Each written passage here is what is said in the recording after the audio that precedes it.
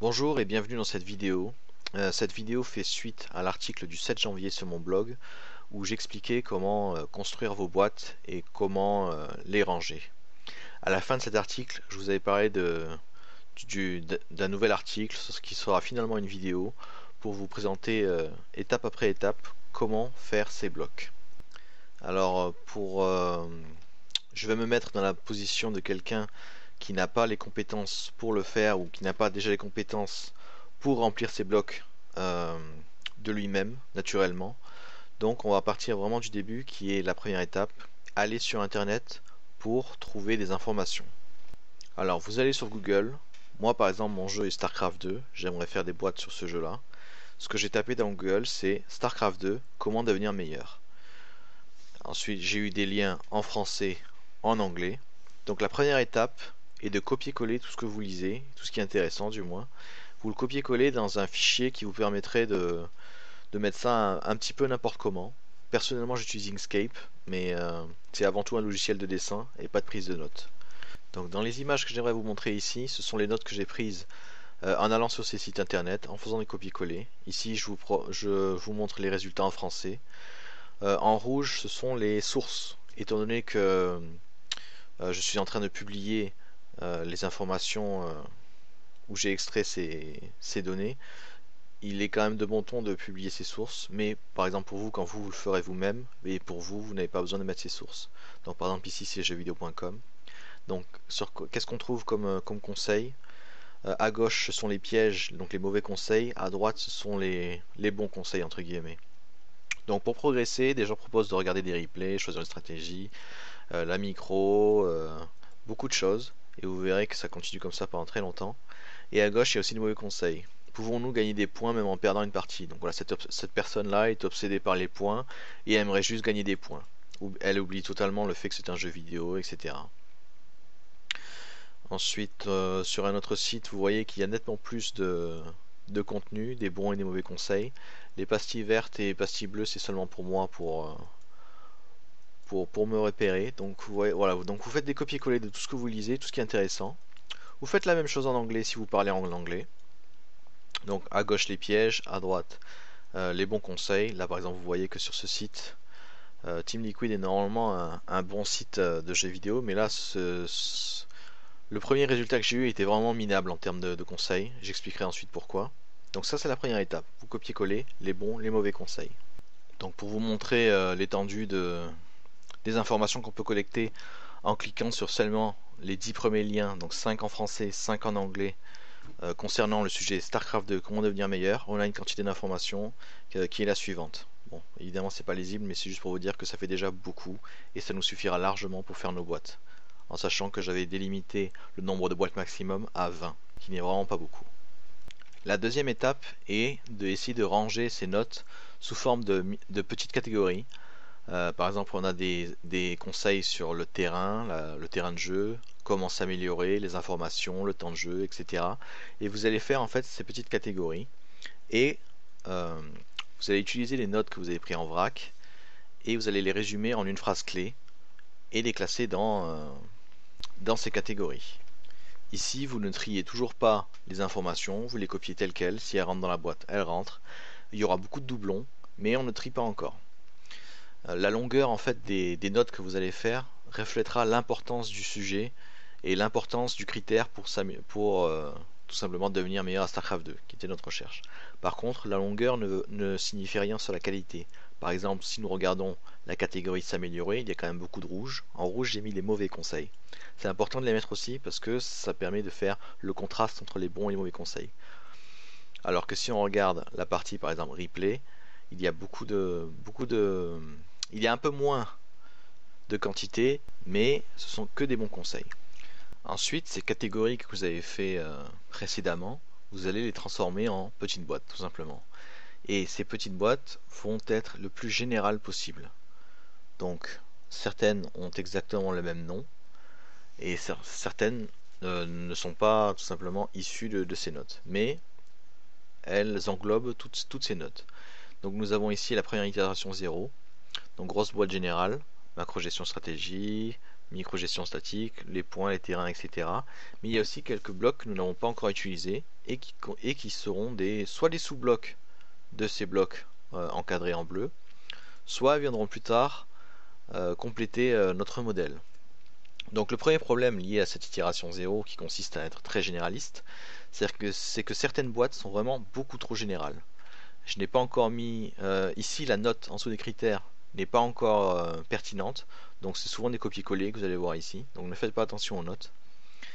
Il y a quand même beaucoup trop de boîtes qui décrivent les boîtes générales. Par exemple, s'améliorer compte plus d'une trentaine de boîtes.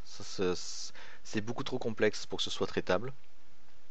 Et enfin, il manque des boîtes que je mettrai plus tard, comme j'ai dit, et au fur et à mesure, qui sont utilisées ici, qui sont encadrées ici en vert. Donc comme je l'ai dit, il y a des boîtes qui ont beaucoup trop de critères. Donc la prochaine étape sera essayer de minimiser, enfin de se débarrasser des boîtes qui sont inutiles.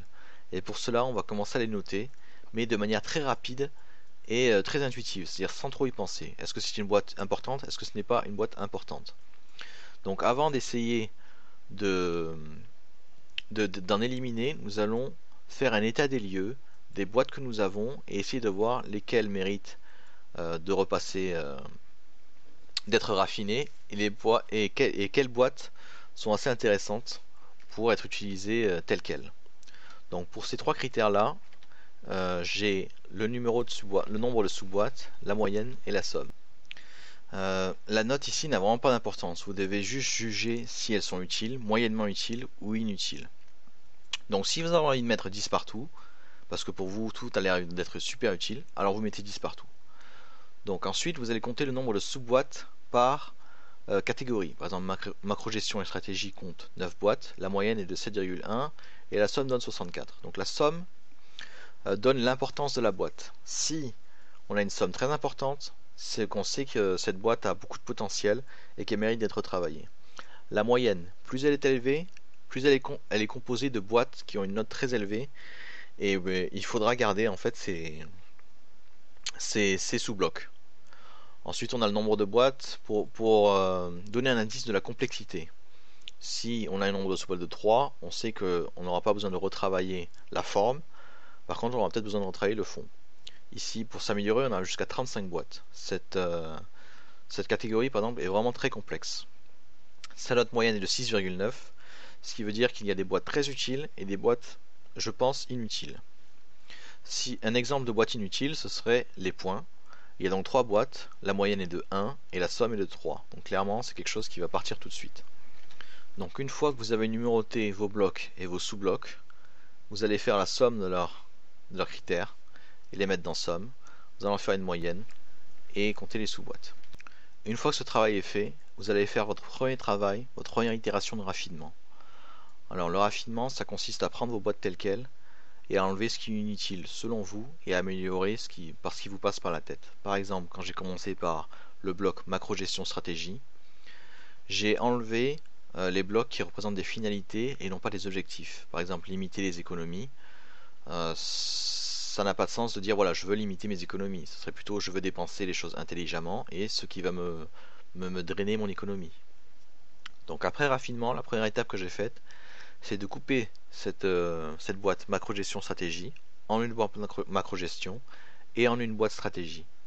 Donc la boîte macro-gestion sera économie, information minimale, contrôle de la vision, et la boîte stratégie, construire son avantage, harcèlement de l'adversaire, identifier sa stratégie. J'ai aussi rajouté 2 blocs qui me paraissent intéressants grâce à cette recherche sur internet et que je n'avais pas avant, qui sont l'automatisme et le chemin critique. Donc l'automatisme, ce sera toutes les actions qui sont extrêmement répétitives dans ce jeu que je vais essayer de mettre en pilote automatique, c'est-à-dire de les exécuter avec le moindre effort possible. Je reviendrai après sur le chemin critique. Et vous allez faire ce travail pour chacune des catégories que vous avez fait avant. Là par exemple j'ai micro-gestion tactique, voilà, et là j'ai tout gardé, j'ai décidé ensuite de faire d'autres boîtes et de les compléter. Là vous verrez qu'il y a quand même plus de boîtes qu'à l'origine. Vous pouvez aussi éliminer des boîtes, par exemple les points, comment on gagne, comment on perd et alors, ça je l'ai totalement éliminé parce que ça n'a absolument aucun intérêt pour moi. Comme je le dis et je le répète, c'est totalement personnel ces notes. Pour le terrain, j'ai vu qu'il y avait des doublons, donc je les ai enlevés avant de les optimiser, parce qu'en fait ces objectifs-là vont être travaillés en amont, donc ça ne sert à rien de les remettre en dessous, ça va juste faire des doublons que vous avez déjà validés avant, ça n'a aucun intérêt. Ici, nous passons au bloc s'améliorer, qui était un bloc qui contenait 35 blocs, c'est-à-dire quelque chose de vraiment très complexe.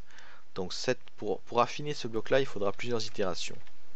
Donc j'ai une bonne nouvelle pour vous, c'est que ce sujet qui s'appelle comment s'améliorer, ou s'améliorer ici, qui est donc un sujet très important, je répète 35 boîtes, ma méthode contient à peu près plus d'une vingtaine de ces boîtes. Donc ne serait-ce qu'en utilisant ma méthode, vous utilisez une technique qui consiste à répondre directement à la question comment s'améliorer. Donc si nous regardons le bloc s'améliorer avant raffinement, on voit qu'il y a beaucoup de blocs, certaines que j'ai enlevées parce qu'elles n'avaient absolument aucun intérêt, certaines que je n'aime pas du tout, et enfin des blocs finalité et doublons. Ensuite, pour essayer de départager les informations, donc ces blocs, dans quelque chose d'un peu plus compréhensible, j'ai décidé, après raffinement, de faire des sous-blocs qui seraient état d'esprit, la méthode, des astuces et des conseils à prendre avec beaucoup de précautions. Ma méthode actuelle que je vous présente englobe l'état d'esprit et la méthode. Il y a ensuite deux choses que j'ai apprises grâce à cette recherche sur internet et que je vais utiliser et que je vais ajouter à mon modèle existant pour le nourrir. C'est donc l'astuce et les précautions, et les conseils avec précaution. Par exemple, pour l'état d'esprit, le conseil qui avait été donné, c'était de prendre la décision ferme de s'améliorer et de s'y tenir. Ma méthode consiste, une fois que vous avez pris la décision de vous améliorer, à vous donner un chemin très précis pour savoir comment vous améliorer. Donc tout ce que vous avez à faire, c'est ouvrir votre modèle et suivre le chemin. Se faire plaisir. Ma méthode consiste à vous pousser à vous progresser à peu près 1 heure tous les soirs. Au-delà de cette heure, vous arrêtez d'essayer de progresser et vous jouez pour le plaisir. Le bloc apprendre des défaites est très important et grâce à mes méthodes, ça n'a jamais été aussi simple. Vous avez juste à regarder sur quoi vous étiez en train de travailler. Est-ce que vous avez atteint ce niveau-là? Si vous ne l'avez pas atteint, quel était votre éloignement par rapport à votre but? Faites un break 6 défaites consécutives. Ma méthode consistant à ne travailler que 1 heure, je pense que vous pouvez largement faire un break. Dites-vous qu'en 1 heure, on apprend beaucoup et au-delà, le rendement baisse. Donc par exemple, si vous travaillez 2 heures, vous n'aurez pas 2 fois plus de résultats. Ensuite, le dernier bloc qu'il y a dans l'état d'esprit, c'est accepter la défaite. Ma méthode va même plus loin. La victoire n'est même plus votre objectif. C'est une finalité. Votre objectif, c'est de s'améliorer. Et donc, vous pouvez contrôler votre amélioration et savoir si vous y êtes. Ensuite, sur la méthode, sur les forums et sur les différents sites où je suis allé, l'important pour s'améliorer est de savoir quoi améliorer. Avec ma méthode, c'est très simple. Vous commencez par les blocs à 10. Vous commencez ensuite par les blocs à 9, à 8, à 7, etc. Chacun de ces blocs à 10, vous allez leur mettre des jalons que vous allez valider et vous n'avez plus qu'à suivre le déroulement. Travaillez sur ses points forts, travaillez sur ses points faibles. C'est le point vous que j'ai mis dans mon modèle. Améliorer une ou deux choses à la fois. Ce sont les jalons que vous allez placer. Ne pas forcer. Vous allez travailler 1 heure par soir, parfois moins. Moi par exemple, je fais 3 parties. Des fois ça dure 30 minutes, des fois ça dure 1 heure, mais ça, en tout cas ça dure 3 parties. Améliorer la macro en priorité. Donc vous avez dans la méthode le fait de mettre des critères, vous allez donc avoir des priorités. Donc là, la macro donc passer à 10. Être précis. Si je vous montre comment atteindre votre objectif, par exemple le premier jalon, il y a marqué avoir 50 collecteurs à 5 minutes 30, créer 2 bases, la deuxième à 1 minute 30 et la troisième à 2 minutes 10, et je ne peux pas me permettre de perdre plus de 10 collecteurs. Il ne peut pas y avoir plus précis que ça. Donc non seulement vous savez quoi faire, mais vous savez de manière précise. Connaître son budget, faire des bilans et apprendre les contres, nous verrons ça dans la suite, dans la prochaine vidéo. Alors, ce bloc-là, s'améliorer, n'est pas complètement à jeter, comme je l'ai dit. Il y a 2 points que j'aime beaucoup, c'est les astuces et les outils. Ce qui est donc la première astuce, c'est les réponses associatives. Par exemple, si mon ennemi attaque, je vais répondre par tac. Si il se passe X, je vais répondre Y. Si je fais X et qu'il fait Y, je vais répondre Z, etc. Aussi apprendre des build orders, je reviendrai sur cette méthode, et avoir une liste mentale pendant la partie. Donc je dirais même une routine. Ensuite il y a suivre les joueurs professionnels. Là c'est très intéressant, mais il y a une certaine façon de le faire. Apprendre les touches raccourcies et apprendre des stratégies sur internet. Donc le point astuce est quand même assez complexe. Il y a à peu près 6 blocs, je vais essayer de le simplifier. Ensuite il y a aussi un bloc qui m'avait plu, mais c'était des conseils à prendre avec beaucoup de précautions et j'y reviendrai très rapidement. Donc le deuxième raffinement consiste à enlever les blocs rouges et bleus et ne garder que les verts. Le rouge et le bleu étant remplacés par ma méthode entièrement. Donc les astuces que j'ai décidé de garder, je vais les composer en 3 sous-boîtes qui sont avant la partie, qu'est-ce que je peux faire, pendant la partie, qu'est-ce que je dois faire, et la mécanique en général. On va commencer par la mécanique. Pour aller plus vite et donc pour faire plus d'actions, c'est assez simple, il faut apprendre les touches raccourcies et les utiliser. Pour avant la partie, vous devez apprendre à faire des build orders, c'est-à-dire vous allez reproduire les actions d'un joueur professionnel pendant un temps très limité. Sur StarCraft 2 actuellement c'est 6 minutes, mais ça peut changer. Et donc pendant ces 6 minutes, artificiellement, vous allez avoir le niveau d'un joueur professionnel, dans l'exécution de ces tâches du moins, pas dans la réaction. Pour nourrir ensuite votre jeu, vous allez apprendre des stratégies sur internet. Et enfin, vous pouvez très bien suivre des parties de joueurs professionnels pour voir comment ils se débrouillent. Mais il y a certaines précautions à prendre. Ensuite, pendant la partie, qu'est-ce que vous allez utiliser pour améliorer votre jeu? Vous allez utiliser le principe des réponses associatives et faire tourner une liste mentale perpétuellement dans votre tête pendant que vous êtes en train de jouer. Cette liste mentale, à force de vous exercer, elle deviendra de plus en plus naturelle et vous coûtera de moins en moins d'efforts. Prochain bloc, le temps de jeu. Sur internet, ce qui revient souvent, c'est qu'il faut un temps de jeu pour s'amuser et pour progresser. Le problème, c'est qu'on ne nous dit pas comment faire l'un, comment faire l'autre, etc. Donc moi, j'ai décidé de faire le temps de jeu, de le séparer en 2 sous-blocs, un pour s'amuser, un pour progresser. Donc pour s'amuser, vous faites ce que vous voulez, le but est le fun, donc vous vous amusez comme vous voulez. Moi, j'interviens seulement sur le bloc pour progresser. Comme vous le voyez ici, je l'ai mis à 7 et pas à 9. C'est parce que je considère que pour progresser, on n'a pas besoin de jouer autant que ça. Sauf si bien sûr on a atteint un certain niveau très élevé et on doit juste travailler sur ses mécaniques. Dans ce cas-là, le temps de jeu va être le facteur déterminant. Mais pour nous, actuellement en train d'apprendre à jouer et à tirer du meilleur de notre passion, on n'a pas besoin de jouer autant. Donc pour progresser, il faut faire 3 choses très importantes. D'abord, limiter le temps où on se dit, voilà, on est en mode entraînement. Moi, je vous propose 1 heure. Bon, personnellement, je prends 3 parties. Comme je l'ai dit, des fois, ça dure que 30 minutes. Mais ça fait 3 parties. Pour avoir le meilleur résultat, pour obtenir les meilleurs résultats, je vous conseille de faire ça tous les jours et à la même heure. Donc régulièrement, une habitude. Parce que si vous faites ça tout le temps à la même heure, vous allez développer une habitude. Et cette habitude va vous pousser en fait à faire votre séance d'entraînement plutôt que de vous dire bon allez il faut que je m'y mette, sinon je ne vais pas y arriver, et ça va vous consommer de la volonté. Alors que si c'est une habitude, c'est le principe même de l'avoir va vous pousser à vous entraîner. Le bloc suivant ensuite s'appelait habitude et confort. Donc j'ai enlevé beaucoup de choses de ces blocs là issus d'internet, mais ça m'a fait penser à d'autres choses que je pourrais rajouter dans mon modèle. Donc habitude et confort, c'est transformé en 2 boîtes comme macro-gestion et stratégie devenu macro-gestion stratégie. Là on a habitude d'un côté, donc quelque chose que je vais faire en attendant sur mon jeu vidéo et que je vais faire en permanence, tourner dans mes structures pour voir si tout va bien, ne pas attendre un fin de cycle, c'est-à-dire que généralement ce qui se passe avec des tâches répétitives c'est qu'il y a un cycle.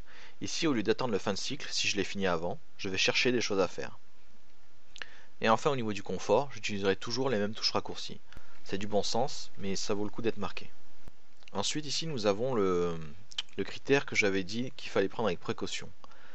Donc la communauté.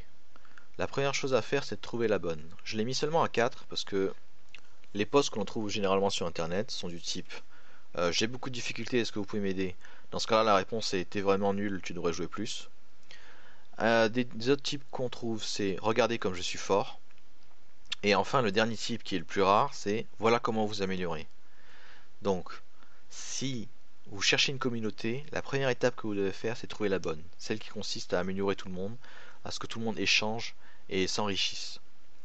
Enfin, si ça ne suffit vraiment pas, vous pouvez chercher du coaching, c'est-à-dire des gens qui sont prêts à payer pour devenir meilleurs à leur jeu vidéo.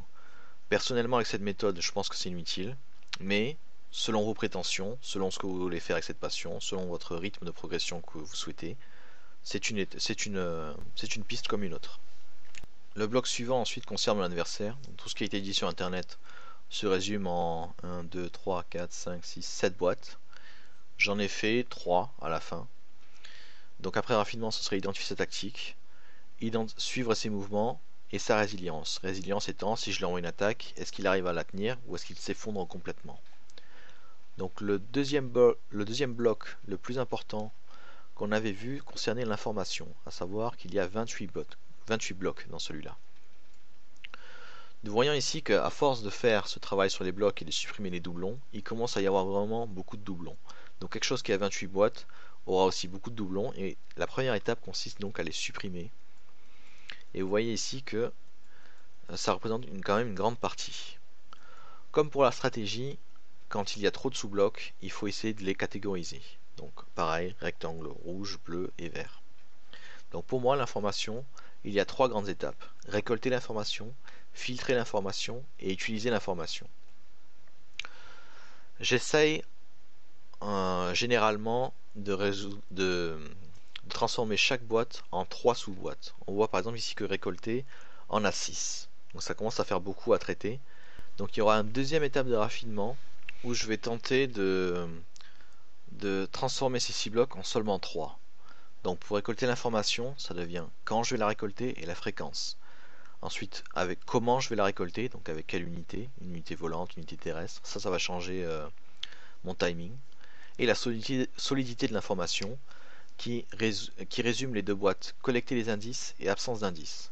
Par exemple, pour absence d'indices, si je vais faire une mission de reconnaissance de la base de mon adversaire en recherchant un bâtiment précis pour savoir s'il en est là, si je découvre qu'il a ces unités qui sont issues de ce bâtiment, qu'il y en a déjà 3 sur les terrains mais que je n'ai pas vu le bâtiment, je peux en conclure qu'il est le bâtiment.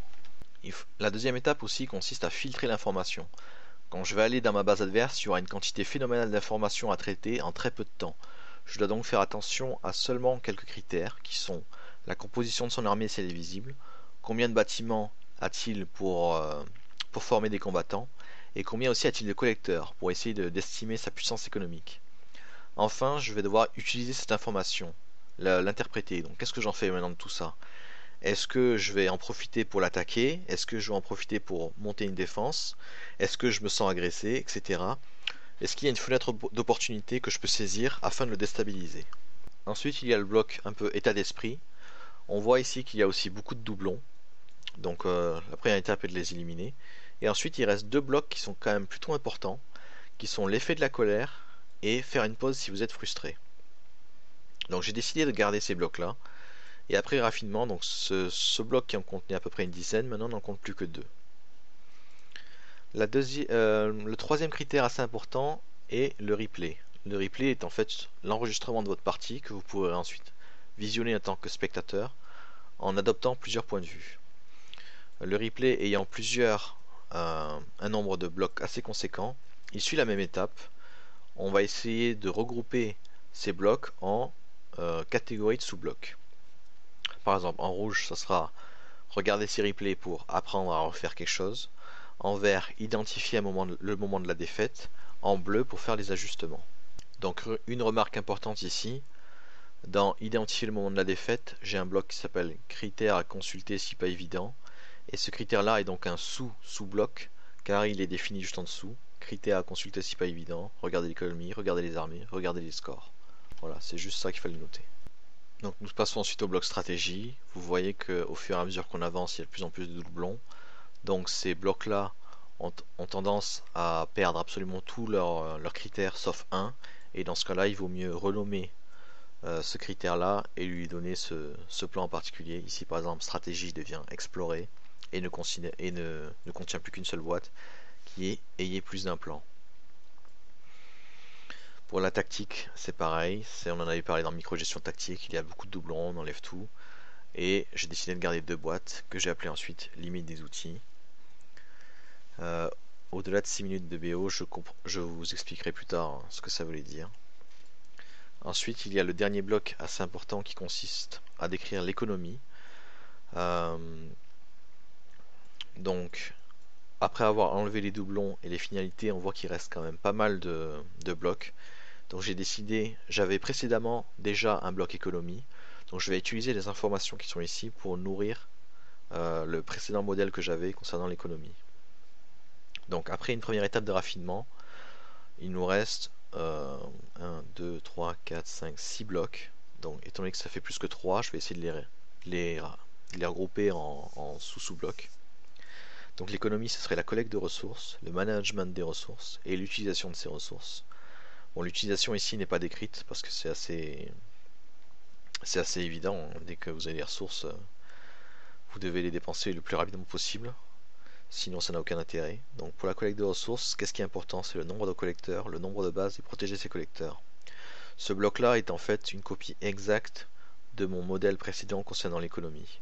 Donc ce qu'il y a de nouveau ici, c'est le management des ressources. Donc, ne pas rater des injections. La race que je joue a besoin de larves pour créer des collecteurs. Donc si je n'ai pas de larves, je n'ai pas de collecteur. Donc ici, ce serait par exemple un exemple de chemin critique. Et ne pas mettre en file d'attente des améliorations par exemple. Car l'accomplissement de ces actions sera séquentiel et pas en parallèle. Donc la dernière étape que vous allez accomplir concernant la construction de ces blocs est maintenant de les représenter sous format montrant la hiérarchie, c'est-à-dire quel est le plus important, quel est le premier que vous allez travailler. Vous remarquerez assez rapidement qu'il y a des blocs qui ça n'a pas de sens de les mettre dans une hiérarchie, parce qu'en fait vous allez utiliser tout au long de votre progression. Ces blocs-là, tout simplement, vous les mettez sur le côté. Par exemple, ici j'ai concentration, temps de jeu et limite d'outils. Dans concentration qui s'appelait précédemment état d'esprit, vous devez être conscient des effets de la colère sur vos performances et être capable de faire une pause si vous êtes frustré. Dans le temps de jeu, vous devez vous rendre compte qu'il y a un temps pour s'amuser, un temps pour progresser. Nous sommes en train de jouer à un jeu vidéo, donc il serait intéressant quand même de continuer à s'amuser, donc je l'ai mis en premier, et progresser juste ensuite. Vous devez aussi avoir conscience de la limite des outils que vous allez utiliser. Pour l'instant, ce modèle-là est très, très simpliste, mais je pense qu'il va venir se nourrir au fur et à mesure. Donc, qu'est-ce qu'un build order? C'est le fait de reproduire exactement les gestes d'un professionnel pendant les 6 premières minutes de partie. C'est-à-dire que artificiellement, pendant les 6 premières minutes, vous êtes un joueur professionnel. Au-delà de ces 6 minutes, ça ne sert plus à rien de faire exactement ce qu'il fait, tout simplement parce que la situation sera déjà assez différente. Donc tout le reste dépendra de vous, de ce que vous avez compris du jeu, et de la finesse avec laquelle vous allez décrire ces boîtes et comment vous allez réagir. Il faut aussi savoir que les build orders que vous allez copier sont adaptés pour une stratégie très précise. Cette stratégie n'est pas divulguée par le joueur évidemment, sinon il serait beaucoup trop simple à contrer. Le deuxième outil qui n'ont pas à être mis dans une hiérarchie sont aussi les replays. Ce sont des choses que vous allez regarder après la partie, après une défaite, mais même après une victoire, pour comprendre ce que vous allez améliorer. Donc il est donc absolument inutile de mettre ça en 10 par exemple, puisque vous allez l'utiliser absolument tout le temps. Les astuces et les outils, c'est exactement la même chose. Vous allez essayer de vous simplifier la vie avec ce bloc-là, et donc vous allez l'utiliser tout le temps. Donc la première étape à faire est de prendre les blocs restants, donc qui vont être mis dans une hiérarchie, et de leur donner une note. Par exemple, moi, macro gestion, je l'ai mis à 10 parce que c'est le critère qui aura le plus d'impact sur la partie, sur l'issue de la partie. Cette macro gestion, ensuite, il y a chemin critique et automatisme. Donc ces deux critères ont exactement la même note. C'est-à-dire que vous pouvez très bien travailler chemin critique en premier, puis automatisme, ou faire l'inverse. Donc chemin critique, qu'est-ce que c'est? Par exemple, pour le ravitaillement. Dans les jeux de stratégie, du moins la majorité, la taille de votre armée est limitée. Cette taille est limitée par un critère qui s'appelle la capacité de ravitaillement. Donc si vous avez une armée, si vous voulez créer une armée de 150 personnes, vous devez avoir un ravitaillement qui vous permette d'avoir ces 150 personnes.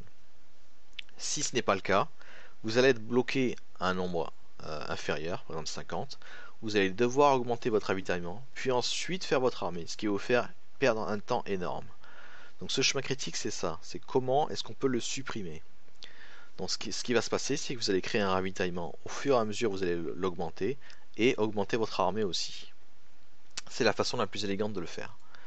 Ça c'est pour l'armée. L'injection de larves, je joue une race qui dépend de larves pour créer des unités, donc je ne peux pas tomber à court de larves. Le but n'est pas non plus d'avoir une quantité phénoménale de larves, ça veut dire que là, je n'ai pas utilisé de manière intelligente et de manière élégante mes ressources, j'ai trop mis d'un côté. Et c'est la même chose pour les améliorations de troupes. Dans un jeu stratégie, vous pouvez augmenter la puissance de vos troupes, et cette amélioration se fait de manière séquentielle. Première amélioration, deuxième amélioration, troisième amélioration. Mon but, et quand je commence l'amélioration de troupes, est de faire les 3 niveaux, les uns à la suite des autres, sans temps mort. Qu'est-ce que l'automatisme? Alors, dans tous les jeux, il y a des actions que vous allez faire de manière répétée, qui sont plus ou moins complexes. Donc si vous arrivez à les automatiser, c'est-à-dire à les faire sans y penser, sans vous concentrer, et de manière la plus naturelle possible, alors vous allez commencer à réduire le temps nécessaire pour exécuter toutes ces actions. Ce qui va vous donner du temps libre, et vous pourrez utiliser ce temps libre pour faire les actions qui vont vous créer un avantage. Ce qui donne ensuite accès au critère 8, que j'ai appelé habitude confort. Donc ce bloc-là a été coupé en 2 blocs. Dans l'habitude, vous allez tourner dans vos structures pour voir si tout va bien, si tout tourne bien, rien n'est bloqué. Et pas attendre le fin de cycle, chercher des choses à faire. Donc, maintenant que vous êtes dans un mode pilote automatique et que vous voyez que vous avez du temps libre, vous allez rajouter des actions très simples et très rapides à faire qui vont augmenter encore plus votre avantage. Pour le confort, comme je l'ai dit, vous utiliserez à chaque fois les mêmes touches raccourcies pour éviter au minimum l'effort demandé afin de créer ces actions. Bon, enfin, le reste n'a pas vraiment grand intérêt. Je pense que vous avez compris comment il fallait réfléchir, comment il fallait noter et hiérarchiser ces catégories. Donc je passe rapidement. Donc ici, dans la prochaine image, je vous montre en fait à quoi ressemble mon modèle après avoir fait cette recherche sur internet. Si nous la comparons avec la version précédente, donc là nous avons la version précédente qui a donc 6 critères. Et avec la nouvelle version qui en compte à peu près 11, avec un taux d'hierarchisation assez précis, donc 10, 9, 9, 8, 7, jusqu'à 2, alors qu'avant c'était du 10, 8, on descendait tout de suite à 4, etc. Donc ce modèle-là, en étant plus complexe, me donne un chemin nettement plus précis de ce que j'ai à faire. Donc j'aurai juste à suivre l'importance pour savoir ce que j'ai à faire, ce que j'ai à améliorer, ce que j'ai à valider. Bien sûr, les blocs en question vont devoir être décrits de manière très précise. Il y aura des étapes intermédiaires pour valider chaque étape. Et cette étape-là concernera le prochain contenu que je vais créer. Donc je vous remercie d'avoir suivi cette vidéo. J'espère qu'elle vous a été utile et qu'elle a répondu aux questions que vous aviez. J'ai conscience qu'il y a beaucoup d'informations ici. Il faut savoir que ce travail de faire ces boîtes prend quand même beaucoup de temps, mais ça prendra toujours moins de temps que d'enchaîner 40 parties sans rien comprendre. Personnellement, moi ça m'a pris 3 jours, mais bien sûr ce n'était pas 3 jours pleins, j'ai fait ça pendant mon temps libre. Donc ne vous étonnez pas si ça vous prend du temps, c'est même bon signe, car si ça vous prend du temps, vous arrivez à saisir la complexité de votre jeu, et donc vous arrivez à la décrire de manière très fine. Donc je vous encourage à repasser sur le blog de temps en temps pour voir la prochaine vidéo qui consistera à décrire comment est-ce que les étapes intermédiaires sont décidées. Donc je vous remercie et bon jeu.